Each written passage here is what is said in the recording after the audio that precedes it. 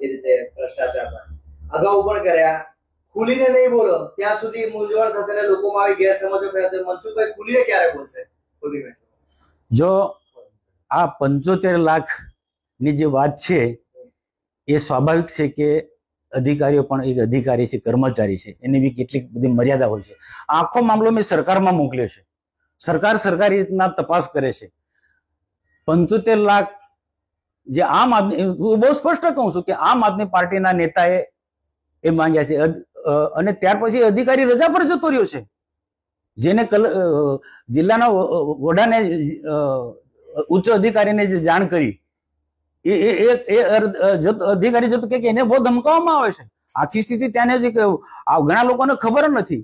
ત્યાંની એક એવી ટોળકી છે કે આવા અધિકારીઓ કોઈક પણ રીતના કોઈક વાત લીકેજ કરે તેને કોઈ રીતના હેરાન કરવાનો. અને ભૂતકાળના વિડીયો છે અધિકારીને બેફામ પ્રકારની આમ આદમી પાર્ટીના લોકો જે ગાળાગાળી કરે છે. તો આ સ્થિતિ છે. એટલે સ્વાભાવિક છે કે કેટલીક વખતે અમારી મર્યાદા હોય છે. એમને કાલે હું નામ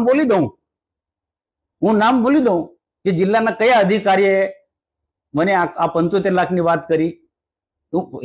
એનું પણ મારું ભવિષ્ય વિચારવું પડે ને. આપણે દર્શનાબેનની પણ વાત કરી કે એમને કોઈ ડર બેસી ગયો એવો સ્પષ્ટ આપનું બી નિવેદન છે. તો એવો કયો ડર આપને લાગે છે કે જે દર્શનાબેનને છે અને એમણે પછી છેલ્લે આટલું બધું નિવેદનો કર્યા? કહી શકાય તો કેવડિયા કોલોનીની અંદર ગરડેશ્વર વિસ્તાર છે કે કેવડિયા વિસ્તારની અંદર કેટલાક જે બાંધકામો થયા છે ચોક્કસ એમને જમીન રાખીને બાંધીએ, પણ કેટલીક જગ્યાએ એવું છે કે કેટલીક સરકારી જમીનમાં પણ થોડો ભાગ આવી જાય છે, બીજું કોઈ પ્રાઇવેટ જમીન પણ આવી જાય છે. આમાં પણ 5 સ્ટાર જેવી હોટલો બની ગઈ છે. હવે આ જે આખો તપાસનો વિષય ભૂતકાળમાં કોઈને કોઈ ઉપાડ્યો હતો, એ વખતે ઉપાડ્યો હતો, પણ એ જ 1 વર્ષ પહેલાની. પણ એ આખા પ્રકરણની અંદર કેટલાક રાજકીય નેતાઓ એ 1.5 કરોડનો તોડ કર્યો. આમાં 1.5 કરોડનો તોડ કર્યો અને આખો મામલો વાઇન્ડ અપ થઈ ગયો. તો આ પ્રકારના જો વિસ્તારની અંદર જે ઘટના ઘટતી હોય તો ત્યાંના ધારાસભ્ય દર્શનાબેનને કેમ ખબર ના પડે?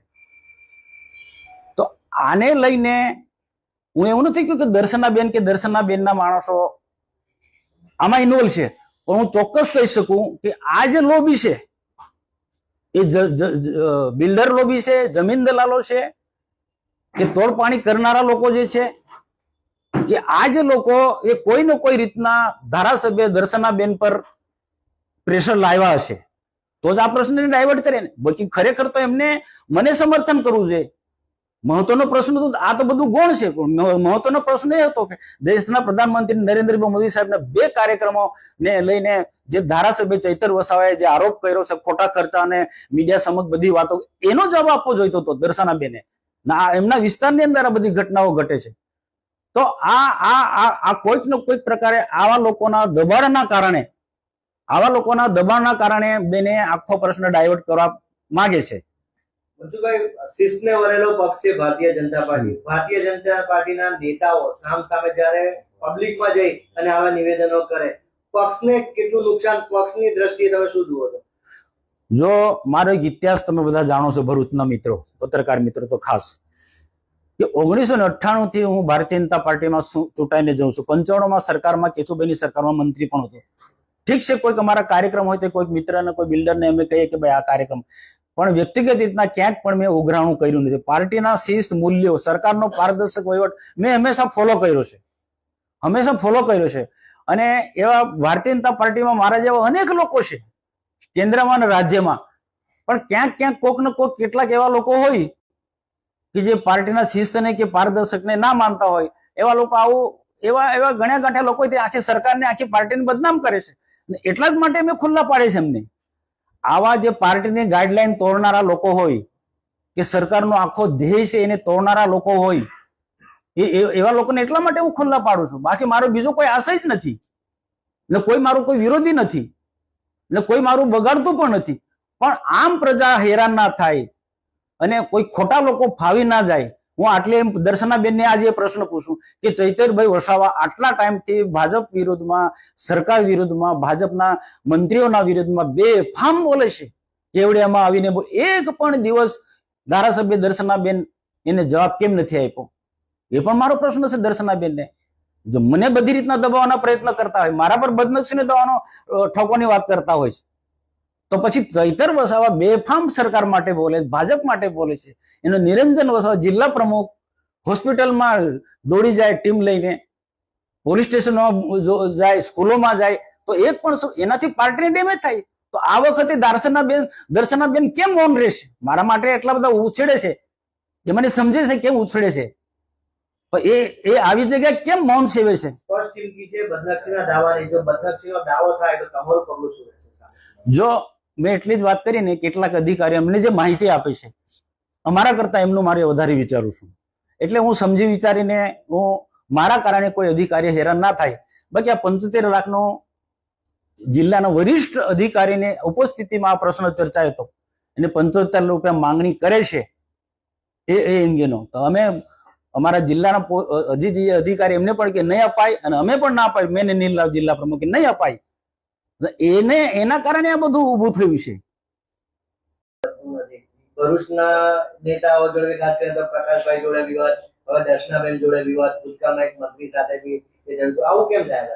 જો મારો એક સ્વભાવ છે કે જ્યાં સાચી વાત કહેવાનો હોય ને સાચી વાત, દાખલા કે કેવડિયાની જે વાત કરી, કોણ બોલે છે ભાઈ? કેવડિયામાં આટલું બધું જે ચાલે છે, ઘણું બધું આવું ગેરકાયદેસર તાળ, કેટલીક જગ્યાએ કેટલાક બહારના લોકો આવી ઉશ્કેરે છે, આમ આદમી પાર્ટીના લોકો, ને ત્યાં તોડ પાણી કરીને જતા રહેશે, છતાં બધા મૌન લે. 1 વર્ષ પહેલા ટ્રાઇબલ મ્યુઝિયમની અંદર 2 લોકોના મર્ડર થયા હતા. એ દરેક 25-25 લાખ એમને મળ્યા, અને બાકીના નેતાઓએ 10-10 લાખનો તોડ કર્યો. કેમ બોલતો નથી? બધાને ખબર છે, કેવડિયામાં તમે બધાને ખબર છે.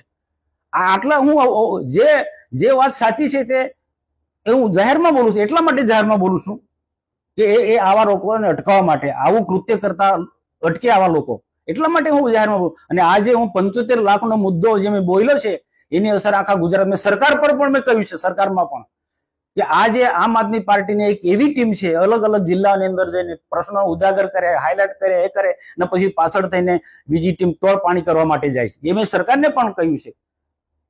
મનસુખભાઈ, આપને વાત કરવામાં તો આપણે ભ્રષ્ટાચાર વિરોધી અભિગમની વાત કરી. ભ્રષ્ટાચાર સામે આપણે ખૂબ અવાજ આવ્યો, પરંતુ સામે પગલા શું, એની સામે એનું પરિણામ શું જોઈએ ને?